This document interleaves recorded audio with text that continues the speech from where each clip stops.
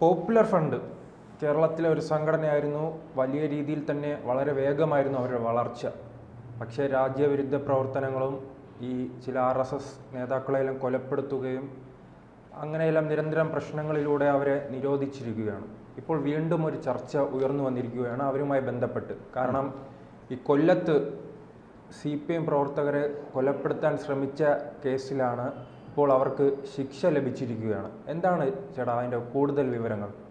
കൊല്ലത്ത് പോപ്പുലർ ഫ്രണ്ടുകാർക്ക് 7 വർഷമാണ് കഴിയുന്നുള്ളത്. CPM പ്രവർത്തകരെ കൊല്ലം 2012 ജനുവരി മാസത്തിൽ ജനുവരി 3-ാം തീയതി പുലർച്ചെ ഈ കണ്ണനല്ലൂർ കുളപ്പാടം ജംഗ്ഷൻ എന്ന് പറയുന്ന സ്ഥലമുണ്ട്. അവിടെ വെച്ചാണ് ഈ സംഭവം നടക്കുന്നത്. അവിടെ CPM-ഉം പോപ്പുലർ ഫ്രണ്ടുകാരും തമ്മിൽ നിരന്തരം സംഘർഷത്തിലായിരുന്നു. അപ്പോൾ ആ സംഘർഷം എന്ന് പറഞ്ഞാൽ പോസ്റ്റർ കീറുക, ഇവരുടെ കൊടിതോരണം നശിപ്പിക്കുക, ഇങ്ങനെയൊക്കെയുള്ള സാധാരണ അറിയാമല്ലോ രാഷ്ട്രീയ പാർട്ടികൾ രാത്രി വന്ന് ഒരു പോസ്റ്റർ കീറി കൊണ്ടുപോവുക, അല്ലെങ്കിൽ പതാക നശിപ്പിക്കുക എന്നൊക്കെ പറയുന്ന സംഭവങ്ങളുണ്ടാകും. അപ്പോൾ അതിൻ്റെ പേരിൽ ഉള്ള സംഘർഷം ഉണ്ടായിരുന്നു. ഇവർ ഈ രാത്രി പോസ്റ്റർ പതിച്ചുകൊണ്ടിരിക്കുമ്പോഴാണ് CPM പ്രവർത്തകർ പോസ്റ്റർ പതിക്കുമ്പോഴാണ് SDP-യുടെ പ്രവർത്തകർ വന്നിട്ട് ഇവരെ കൊലപ്പെടുത്താൻ ശ്രമിക്കുന്നത്.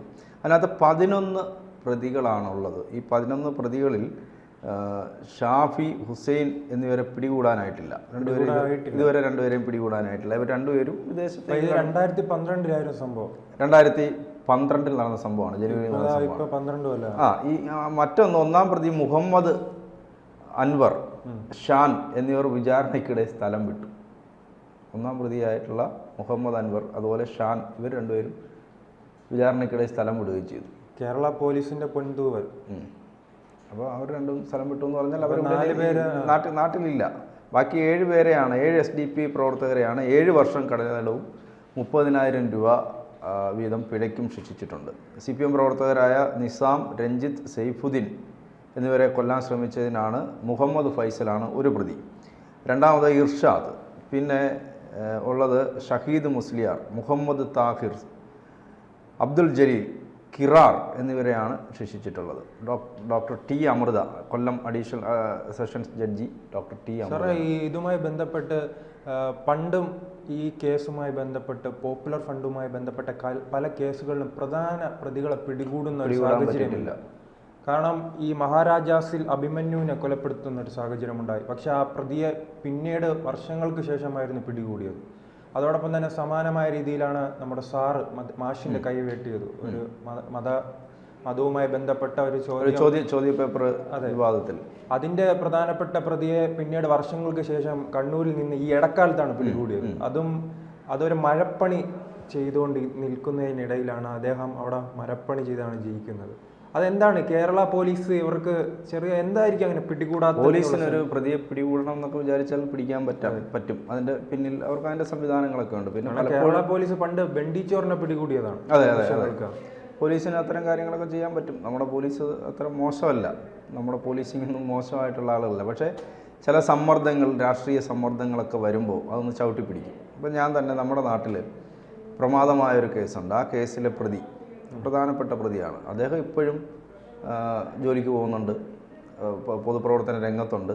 പക്ഷേ പത്രത്തിൽ ഇടയ്ക്കിടയ്ക്ക് അതിൻ്റെ വാർത്ത വരും. ഈ വാർത്ത വരുമ്പോൾ പോലീസ് കോടതിയിൽ റിപ്പോർട്ട് കൊടുക്കും, ഈ ആളിനെ സ്ഥലത്തില്ല, അയാളെ ഒളിവിലാണ് എന്ന്. നമ്മുടെ മുന്നിൽ കൂടാണ് എല്ലാ ദിവസവും ഈ മനുഷ്യൻ നടന്നു പോകുന്നതും ഭാര്യയും മക്കളുമായിട്ട് ജീവിക്കുന്നതും വിമാനിക്കുന്നതും ജോലിക്ക് പോകുന്നതും എല്ലാം എല്ലാ ദിവസവും അദ്ദേഹം വീട്ടിൽ തന്നെയുണ്ട്. പക്ഷേ പോലീസ് റിപ്പോർട്ട് കൊടുക്കുന്നത് ഒളിവിലാണ്. പത്രത്തിൽ അങ്ങനെ വാർത്തയും വരും, ഈ പ്രതിയെ കിട്ടിയില്ല, അയാൾ ഒളിവിലാണ്. ഇത് തന്നെയാണ് ഇത്തരം കാര്യങ്ങൾ. ഇത് പോലീസ് ഒന്ന് കണ്ണടച്ചു കൊടുക്കുന്ന സമയം കൊണ്ട് ഇവരാകുമ്പോൾ ഇവർക്ക് വിദേശത്തേക്ക് കടക്കാനുള്ള സാധ്യതയും കൂടുതലാണ്. അങ്ങനെയാണല്ലോ പല കേസുകളിലും സാധാരണക്കാരനായ. അതുപോലെ ഒരു സംശയമുണ്ട്, ഈ CPM-ഉം പോപ്പുലർ ഫ്രണ്ടും തമ്മിൽ SDP-യുമായി ഒരു അന്തർധാര ശക്തമാണോ? കാരണം ഈ അഭിമന്യു അറിയാലോ, ഏറ്റവും മികച്ച ഒരു സംഘാടകനായിരുന്നു, SFIയുടെ കരുത്തുറ്റ നേതാവായിരുന്നു. മഹാരാജാസിൽ അഭിമന്യു എന്ന് പറഞ്ഞ ഒരു ഇപ്പോഴും വികാരമാണ്.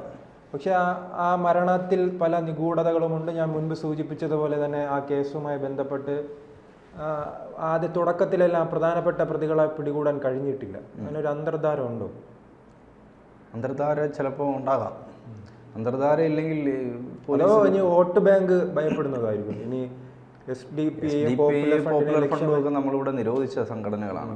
എന്നാൽ അവർക്ക് ചില മേഖലകളിൽ, അതായത് മുസ്ലിം ലീഗിനേക്കാൾ കരുത്തരായിട്ടുള്ള കരുത്തുള്ള ഏരിയകളുണ്ട് പോപ്പുലർ ഫ്രണ്ടിനെ SDP സംബന്ധിച്ച്. നമ്മുടെ നാട്ടിലൊക്കെ ഒരു കോർപ്പറേഷൻ വാർഡ് സ്ഥിരമായി ജയിക്കുന്നത്, കഴിഞ്ഞ തദ്ദേശ സ്വയംഭരണ തെരഞ്ഞെടുപ്പിൽ 100-ലധികം സീറ്റുകൾ അവർ കിട്ടി. അവർ സ്ഥിരമായി ജയിക്കുന്ന കോർപ്പറേഷനിൽ, കൊല്ലം കോർപ്പറേഷൻ്റെ കാര്യം ഞാൻ പറയുന്നത്, അവിടെ അവർ സ്ഥിരമായി ജയിക്കുന്ന വാർഡുണ്ട്. അവിടെ മറ്റാരും CPM-ഉം SDP-യും തമ്മിലാണ് പ്രധാന മത്സരം. കോൺഗ്രസ് അവിടെ രംഗത്തില്ല, പിന്നെ BJP ഉണ്ട്. പലപ്പോഴും ഇങ്ങനെയുള്ള കേസുകൾ വരുമ്പോൾ അതിനകത്ത് ചില അന്തർധാരകളും ഒക്കെ ഉള്ളതിൻ്റെ ഭാഗമായിട്ട് ഈ പ്രതികൾക്ക് രക്ഷപ്പെടാനുള്ള അവസരം ഒരുക്കി കൊടുക്കും. പിന്നെ ചില പ്രതികൾ അല്ലെങ്കിൽ ചില ഇതൊക്കെ പറഞ്ഞിട്ടില്ല. ഇപ്പോൾ ശ്രീകണ്ഠൻ നായർ പറഞ്ഞിട്ടുള്ള ഒരു കഥയുണ്ട്.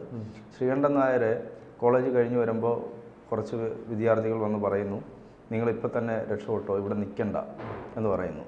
അപ്പോൾ അത് ചോദിച്ചാൽ എന്തിനാണ് ഞാൻ ഇവിടെ നിൽക്കുന്നതിന് എന്തെങ്കിലും പ്രശ്നമില്ല, അല്ല പൊയ്ക്കോ എന്ന്.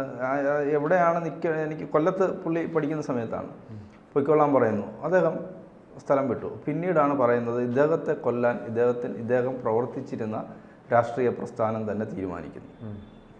അപ്പോൾ സ്വന്തം പാർട്ടിയിൽപ്പെട്ട ആളുകൾ തന്നെ ശ്രീകണ്ഠൻ നായരെ കൊല്ലാൻ തീരുമാനിച്ചു.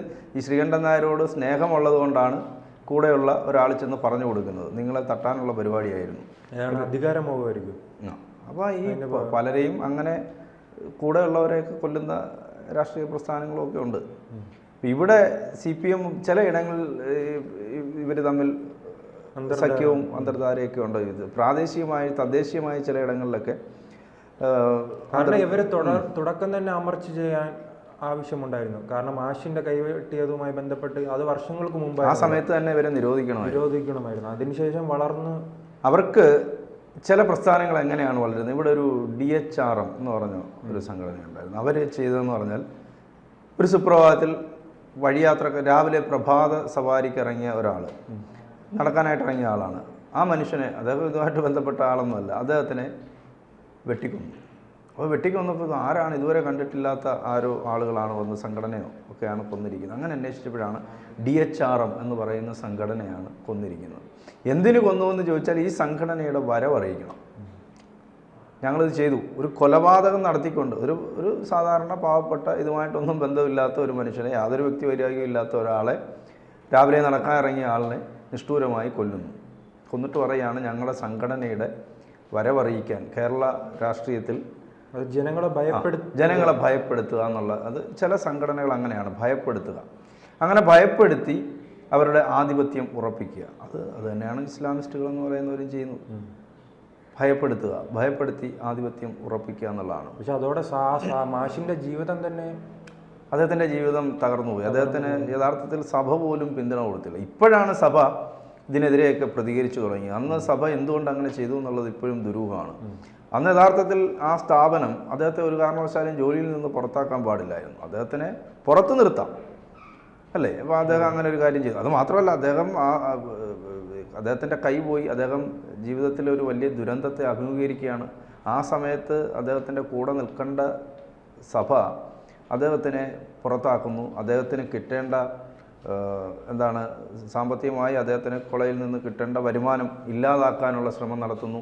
അദ്ദേഹത്തിൻ്റെ ഭാര്യയ്ക്ക് മാനസിക വിഭ്രാന്തി വരുന്നു. അവർ പിന്നീട് മരിക്കുന്നു. ആ കുടുംബം തന്നെ ഇല്ലാതായിപ്പോയി. അദ്ദേഹത്തിനെ സപ്പോർട്ട് ചെയ്യാനും ഇന്നായിരുന്നെങ്കിൽ ഒരു പക്ഷേ അദ്ദേഹത്തിന് അത്തരം സഭ തിരിച്ചറിയുന്നുണ്ട്. സഭ അതെ കാലിനടിയിലെ മണ്ണ് ഒലിച്ചു പോയി തുടങ്ങിയപ്പോഴാണ് സഭയ്ക്ക് ഇതൊക്കെ ബോധ്യമായത്. അത് ഇപ്പോഴാണ് സഭ മനസ്സിലാക്കുന്നത്. നേരത്തെ അന്ന് അത് മനസ്സിലാക്കിയില്ല. അന്ന് എന്തുകൊണ്ടോ സഭയ്ക്ക് അത്തരം കാര്യങ്ങൾ തിരിച്ചറിയാൻ പറ്റാതെ പോയി. പലപ്പോഴും അങ്ങനെയാണല്ലോ, വൈകിയാണ് ഇത്തരം കാര്യങ്ങളൊക്കെ മനസ്സിലാക്കാൻ പറ്റുന്നത് ആളുകൾക്ക്. അപ്പോൾ ഇവിടെയും ഈ പ്രതികളെ തിരിച്ചറിവായിരിക്കും ഈ മുനമ്പം പോലുള്ള പ്രശ്നങ്ങളിൽ വളരെ ശക്തമായി തന്നെ സഭ, നമുക്ക് ഈ തിരിച്ചടി വരുമ്പോഴാണല്ലോ തിരിച്ചറിവുണ്ടാകുന്നത്. മുനമ്പത്തെ ഒരു വലിയ വിഷയം വരുന്നത് അതിന് മുമ്പ് തന്നെ. അതിനുശേഷം പിന്നീട് പല ഘട്ടങ്ങളിലായിട്ട് സഭയ്ക്ക് ഇത്തരം ബോധ്യങ്ങൾ വന്നു തുടങ്ങി. അതുകൊണ്ടാണ് സഭ ഈ ബോധ്യത്തിൻ്റെ അടിസ്ഥാനത്തിൽ പ്രതികരിക്കാനും പ്രവർത്തിക്കാനും ഒക്കെ തുടങ്ങിയിരിക്കുന്നത്. ഇവിടെ 4 പ്രതികൾ പിടികിട്ടാനുണ്ട്. ഒന്നുകിൽ അവർ വിദേശത്തായിരിക്കും, അല്ലെങ്കിൽ അവരെ എന്താണ് സംഭവിച്ചെന്നുള്ളത് പോലീസ് അന്വേഷിച്ച് ഇനിയും കണ്ടെത്തേണ്ടിയിരിക്കുന്നു. കേന്ദ്ര ഏജൻസികൾ അല്ലെങ്കിൽ അന്വേഷിക്കുകയോ മറ്റോ ചെയ്യണം. ഇവരെ വിദേശത്തേക്ക് പോകാൻ തന്നെയാണ് സാധ്യത.